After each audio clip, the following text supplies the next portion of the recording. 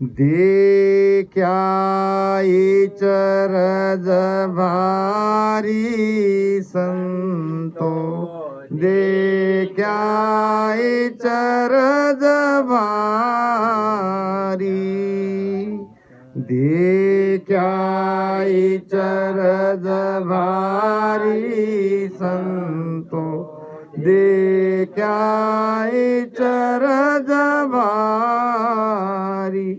अमर लोक में संत पधारे, वहाँ सुरत लिव मारी, राम सुरत लिव मारी।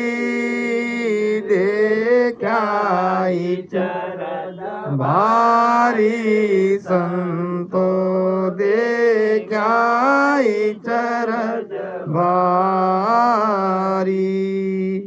फाड़र पीठ चढ़ा आकाशा है, कुदरत लिव धारा। फाड़र पीठ चढ़ा आकाशा है, कुदरत लिव धारा।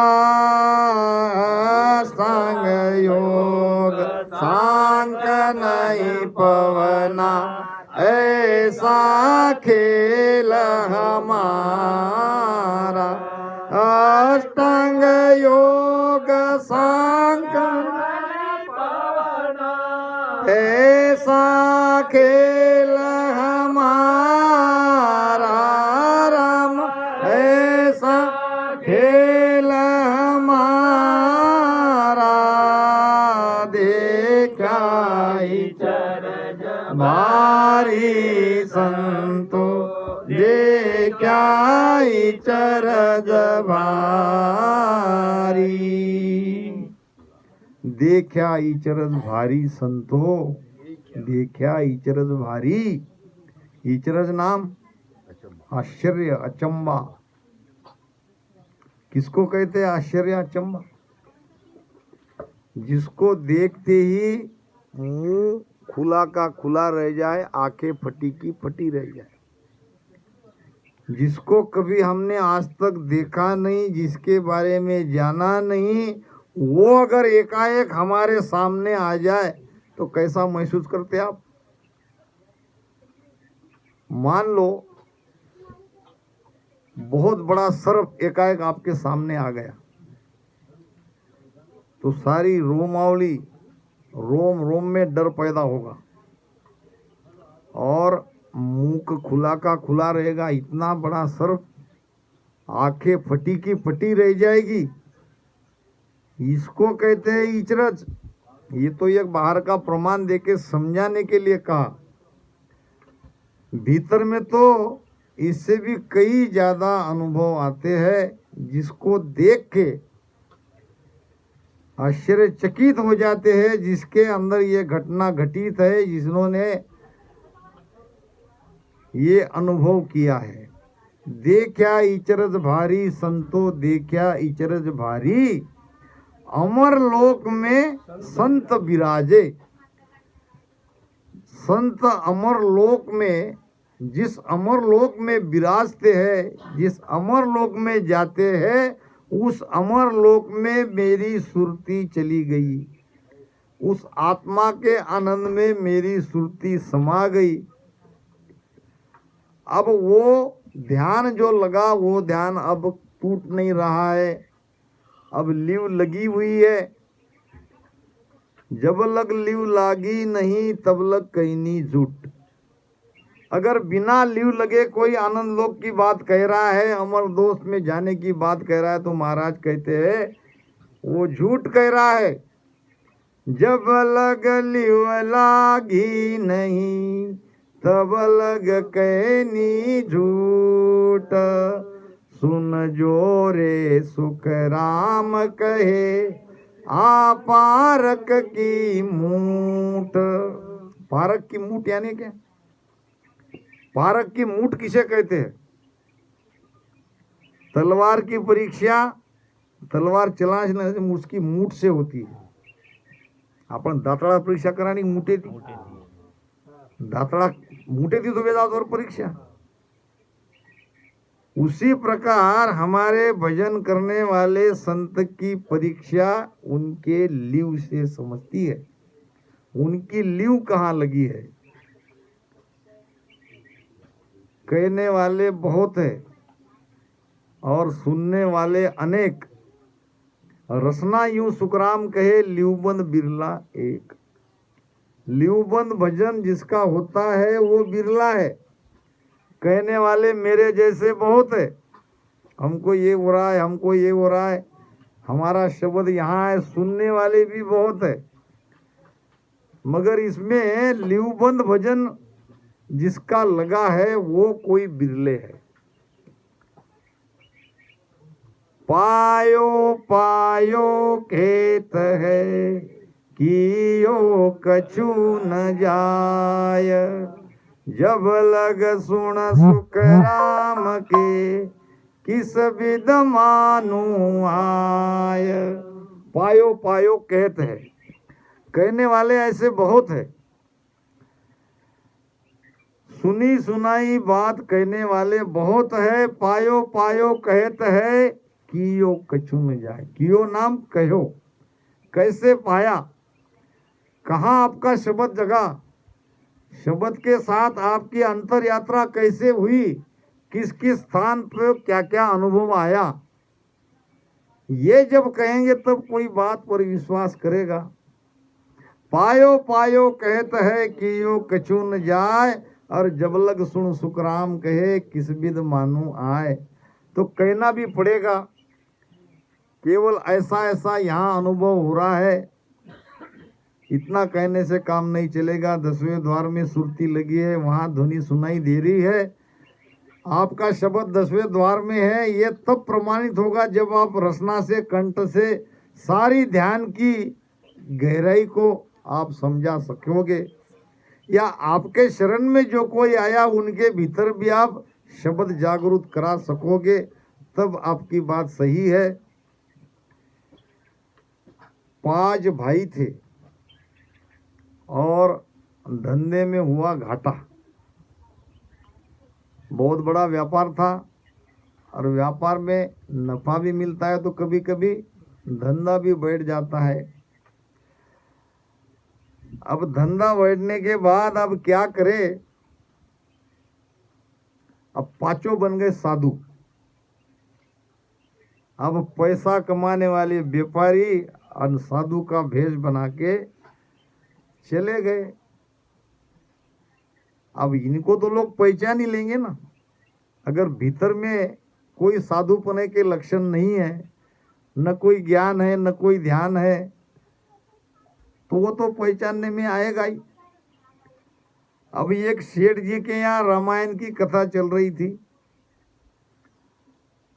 अब ये जाके चले गए वो कथा में. अब कथा में चले गए तो 5 को 5 भेषधारी थे साधु थे. अब साधु को कोई नीचे थोड़ी बैठाता है. शेठ जी ने कहा इनको ऊपर आसन पे बिठाओ. अब थोड़ी देर पहले इनकी भी रामायण सुन लेंगे. अब कितनी मुश्किल हुई. अब ये तो बेचारे भागे भागे आए. अब भाग्य उनका ऐसा कि उनको आना पड़ा. वो आए थे कम से कम भोजन तो मिल जाए और कुछ मिले न मिले. भोजन नहीं मिला तो भोजन की इच्छा से वहाँ आए और वहाँ आके शेठ जी के जो दीवान जी थे वो कहे कि चलो शेठ जी बुला रहे. इन्होंने हाथ जोड़ के दीवान जी को कहा हम कोई साधु विदु नहीं है. हम तो केवल भोजन की आशा से यहाँ आए हैं और हमको वहाँ लेके आप हमें शर्मिंदा मत करो. अब वो दीवान जी कहने लगा आप सेठ जी कहाँ मानने वाले हैं. आप वहाँ जाके कुछ भी बोलो जो आए वो मैं संभाल लूँगा. मैं तुम्हारे पीछे हूँ तुम फिक्र नहीं करना. तो डरते डरते गए. अब सेठ जी ने कहा करो रामायण गाओ. अब रामायण की एक चौपाई याद नहीं, जिंदगी में रामायण नहीं पढ़ा। अब एक कहने लगा थे जपा सो मैं जपा, थे जपा सो मैं जपा। हमारे गुरुवर्य मोहनदास जी महाराज बड़ा अच्छा दृष्टांत देते थे, आपने सुना भी होगा। अब ये कहने लगा थे जपा सो मैं जपा, दूसरे कहने लगा तेरी गत सो मेरी गत, तेरी गत सो मेरी गत। अब तीसरा कहने लगा ये धांगड़ धींगा कब तलक, धांगड़ धींगा कब तलक। अपने अपने में संकेत में बात कर रहे थे। चौथा कहने लगा जब तक चलेगी तब तलक। अब पांचवा कहने लगा हाय राम आप तो जल्दी पकड़े जाएंगे, भोजन भी नहीं मिलेगा, ऊपर से डांट पड़ेगी, मार भी सकते हैं। वो कहने लगा हाय राम हाय राम। शेठ ने कहा दीवान जी सारे रामायण मैंने आज तक सुने, ये ऐसी चौपाई तो कहीं सुनी ही नहीं, ये क्या कह रहे हैं। तो दीवान जी ने कहा महाराज ये शॉर्टकट रामायण है, तो जरा मुझे समझा के दो ये कहे क्या रहे हैं। तो पहला कहता है एक भाई थे जपा सो मैं जपा, यानी मारीच। मारीच जब मान नहीं रहा था तो रावण ने उसको मार डाला, थोड़ी जान बाकी थी। अब मारीच हिरण बनने के लिए तैयार नहीं था, अब उसको जबरदस्ती बनना पड़ा। तो मारीच को लगा अगर मरना है तो राम के हाथ से मरूं, अब रावण के हाथ से क्यों मरूं। अब हिरण मैं बनूंगा और वो रावण सीता को उठा के ले जाएगा, तो बात तो ये छुपी हुई नहीं रहेगी, राम तो मुझे मारेगा ही मारेगा। तो मारीच के पास राम आया तो मारीच कहने लगा जैसा मुझे रावण ने कहा वैसा मैंने किया, क्योंकि मेरी जान की बात थी। थे जपा सो, अरे बात बरोबर है बोले, शॉर्टकट रामायण अच्छी है। फिर दूसरा जो कह रहा है तेरी गत सो मेरी गत, ये क्या है बोले। तो दीवान जी कहने लगे शेठ जी बात ऐसी है कि सुग्रीव आता है राम के पास, सुग्रीव की पत्नी ले गया बाली। अब वो कहता है कि भगवान मेरी रक्षा करो, मेरी पत्नी मेरा भाई बाली उठा के ले गया है, वो बहुत शूरवीर है। तो राम कहने लगा तेरी पत्नी बाली उठा के ले गया, मेरी पत्नी रावण उठा के ले गया, तेरी गत सो मेरी गत, जो तेरा हाल है वो मेरा हाल है। तो ये भी बात बराबर है। फिर ये धांगड़ धींगा कब तलक ये क्या है। तो जब मंदोदरी ने देखा कि सीता को रावण उठा के लाया है, तो मंदोदरी कहती है कि ये धांगड़ धींगा कब तलक। तो शेठ जी कहने लगे बात तो बराबर है, रामायण तो बहुत अच्छी ये कह रहे। फिर चौथा भाई ने जो कहा कि जब तक चलेगी तब तक, यानी जब तक हमको आता है तब तक कहते रहेंगे, अब नहीं चला तब तक बंद। अब बंद करने को कहा तो बंद हो जाएंगे, जब तक चलेगी तब तक। ये कहता है रावण मंदोदरी को कि देखेंगे, जब तक सीता नहीं मानेगी तब तक चलेंगे, जब तक चलेगी तब तक। फिर मंदोदरी कहती है कि अब इसके पीछे पीछे सीता को ढूंढने के लिए राम आएगा, और राम आने के बाद रावण का वध तो होना ही होना है। तो वो कहती है हाय राम जाने क्या होगा, है राम जाने क्या होगा। राम राम साहब वाह वाह धन्यवाद। राम राम साहब। तो ये है बोले शॉर्टकट रामायण। तो सेठ जी ने पांचों भाई को बुला के बहुत सारा धन दिया, उनको भोजन भी दिया। कहने का मतलब है कि सब जगह ये बात नहीं चलती, तो संत की परीक्षा उसके भजन में लीव से चलती है। लीव अगर नहीं लगी है तो उसका भजन पक्का नहीं कहलाएगा। फाड़ पीठ चढ़िया आकाश, शब्द कैसा, अब ये शब्द कहाँ जगता है और सत्शब्द कहाँ जगता है, दोनों बातें मैं आपको बता रहा हूँ। इन विषयों पे बहुत सारे चर्चा करते हैं। मैं आपको महाराज की वाणी से निर्णय करके समझाता हूँ। यहाँ कंठ पे जगने वाला शब्द है, कहीं भी महाराज ने वाणी में सत्शब्द नहीं कहा है। और सत्शब्द निरंतर जगता है नाभि में, यहाँ नहीं जगता है, नाभि में जगता है। और सत्शब्द जागृत कराने की रीत है, उसका एक भेद है। 6 चीज इकट्ठा अगर करोगे तो नाभि में निरंतर जगेगा, नहीं तो नहीं जगेगा। वो 6 चीज क्या है ये भी देखो। वो अजपो संग करे सोहम श्वासा जान, रोम मोरट जीबसु धरे बीच में आम, धरे बीच में आनत बेने अंचर पावे, इन 6 के बिन मेल पीट राख दे न पावे। सुख रामदास ये एकटा मथे नाभ में आण, वो अजपो संग करे सोहम सा जान। यह भेद, यह निरंतर सत्शब्द जागृति कैसे होती है उसका भेद। अब आपको पहले 6 चीजें समझनी पड़ेगी, फिर उसको मंथन करना पड़ेगा, इकट्ठा करना पड़ेगा। ये 6 चीज है रकार मकार ओम सोम, और जिव्या से रटन और उसमें सुरती लगाना पड़ेगा। अगर ये 6 चीजें आप इस तरह से इकट्ठा करके मंथन करते हो, जब सदगुरु कृपा होगी तब निरंतर जगेगा। इतना करने से हो जाएगा ये भी बात नहीं है। अगर उसमें आपका निजमन है तो जरूर सदगुरु की कृपा होगी।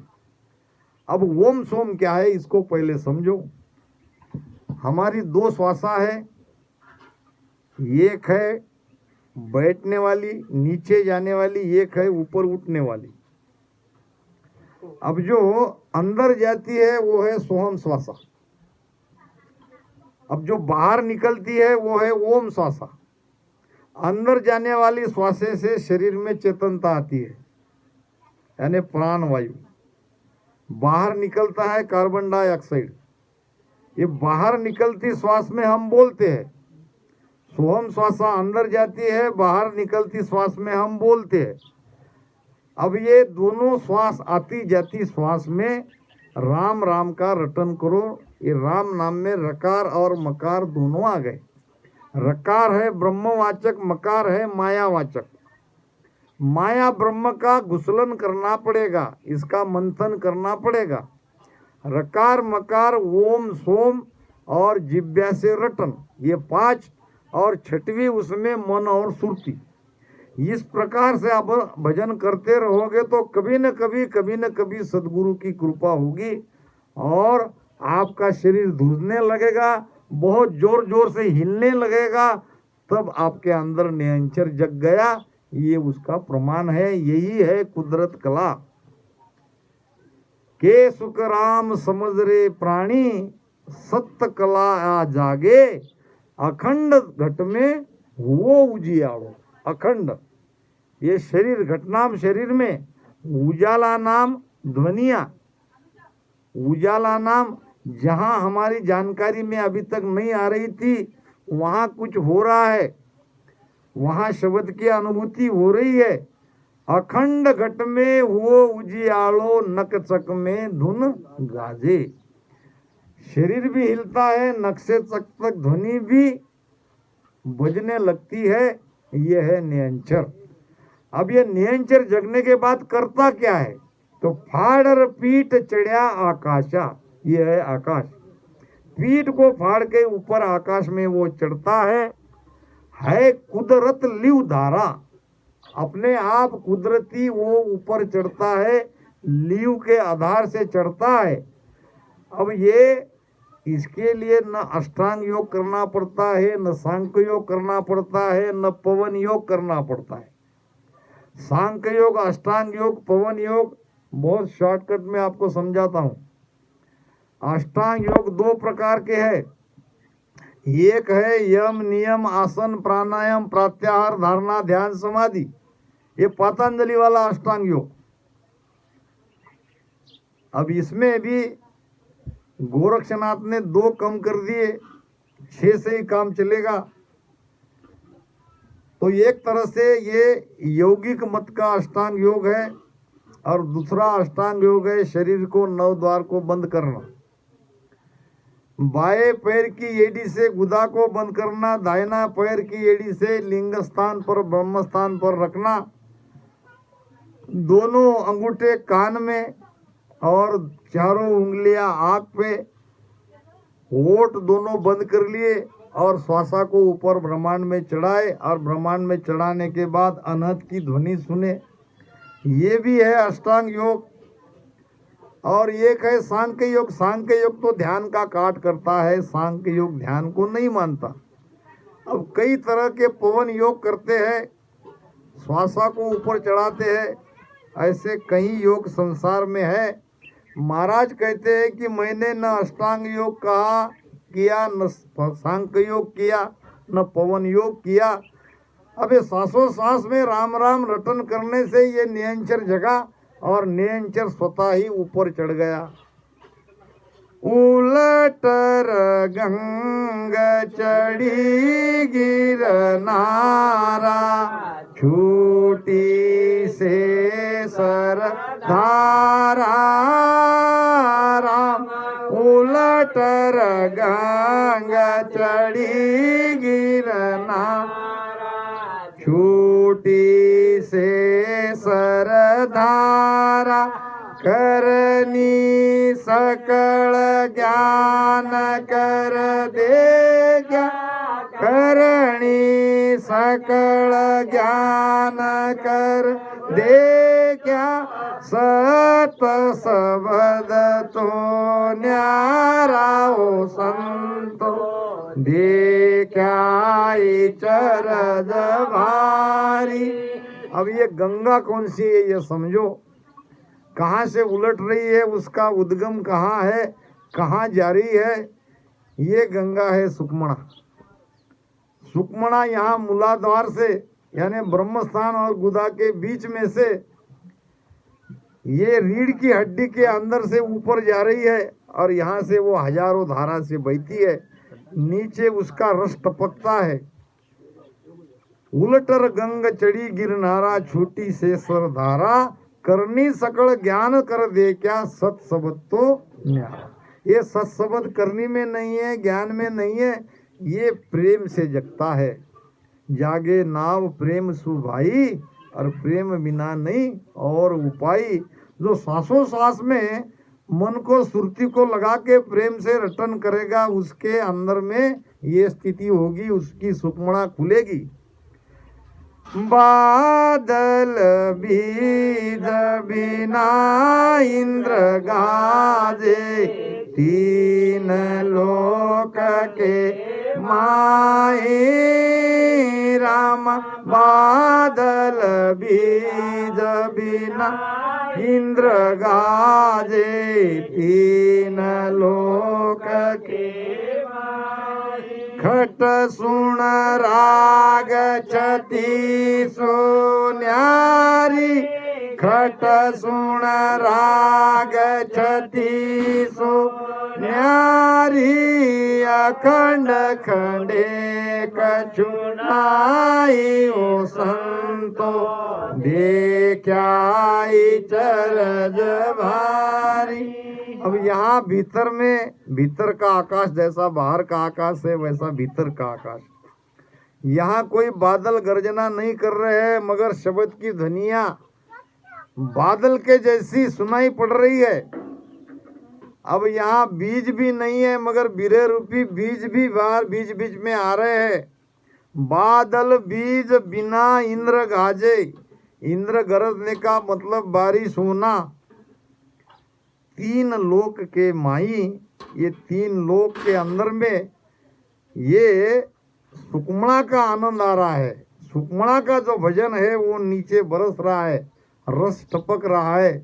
पाक हजार कंवल जा खुलिया, कड़ी कड़ी रस छूटा, जन सुखराम मिल्या सुन सागर, हीर अमोलक बूटा।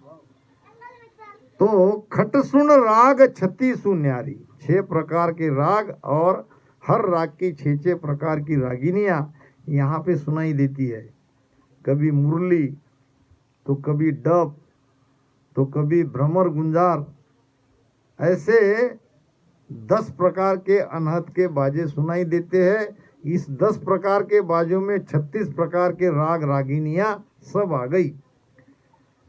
अब ये खंडित नहीं होती है, ये अपने आप बजती रहती है। सता समाद लगी घट मेरे, तीर कुटी संयम होई, रामा सता समाद लगी घट मेरे, तीर कुटी संगम होई, ईड़ा पिंगला सुकमण नारी, ईड़ा पिंगला सुकमण नारी, रवे संग मिल दोई ओ संतो, देख्याई चरज भारी। अब लगती है सता समाधि का ध्यान। समाधि 3 प्रकार की है, एक सता समाधि, एक शून्य समाधि या ब्रह्म समाधि और एक सहज समाधि। पहली समाधि लगने वाली है सता समाधि, जब त्रिकुटी में ईड़ा पिंगला तीनों नाड़ियां मिलती है। ये है ईड़ा, ये है पिंगला, ये है चंद्रस्वर, ये है सूर्यस्वर, दोनों स्वर एक होते हैं। ऐसी सुकमणा यहाँ त्रिकुटी में आके तीनों नाड़ियां मिल जाती है, एक होती है, तब लगती है सता समाधि का ध्यान। ईड़ा पिंगला सुकमण नारी, रमे संग मिल दुई, यानी ईड़ा पिंगला दोनों एक होके सुकमणा में ध्यान लगता है। के सुख राम सबद जोरावर, पाया सुपत आवे, राम के सुख राम शब्द जोरावर, पाया सुपत बिन पाया नरक बहुतेरो, बिन पाया नरक बहुतेरा, दिल का भरम न जावे ओ संतो, देख्याई चरज भारी। अमर लोक में संत विराजे, अमर लोक में संत विराजे, वहाँ सुरत मारी ओ संतो, देख्याई चरज भारी। अब ये सारी अनुभूतियां किसके अंदर होगी? महाराज कहते हैं कि के सुख राम शब्द जोरावर। ये सत्शब्द बड़ा जोरावर है, बड़ा ताकतवर है, बड़ा पावरफुल है। पाया सुपत आवे, यानी जिनके घट में ये नियंचर जग गया, सत्शब्द जग गया, उसे ही ये सारे अनुभूतियां, ये सारे अनुभव आएंगे। वही अनुभव का बखान करेगा। और बिन पाया नर कहे बो तेरा। अब पढ़ पढ़ के कितना भी सत्शब्द के अनुभव के बारे में हम कहेंगे तो भ्रम नहीं जाएगा। किसका? उसका स्वयं का। अब दूसरे का भ्रम वो क्या दूर करेगा? जब स्वयं भ्रमी है तो वो दूसरे का भ्रम दूर नहीं कर सकता। इसलिए महाराज कहते हैं शब्द को जगाओ, शब्द की अनुभूति करो, भजन करो। अब इतने धूप में भी आप लोग बैठे हो, इसका मतलब कहीं न कहीं महाराज के प्रति आपकी अपार श्रद्धा है। आप भजन करके उस देश में जाना चाहते हो, मगर अब यही उत्साह भजन में लाओ, यही प्रेम भजन में लाओ, यही निष्ठा भजन में लगाओ। जरूर आपके अंदर यह निरंतर जगेगा, इसमें कोई संदेह नहीं। महाराज की सारी बातें जो वाणी में लिखी गई है, कही गई है, वो हमें भी जरूर होगी, ये मेरा विश्वास है। इन्हीं शब्दों के साथ वाणी महाराज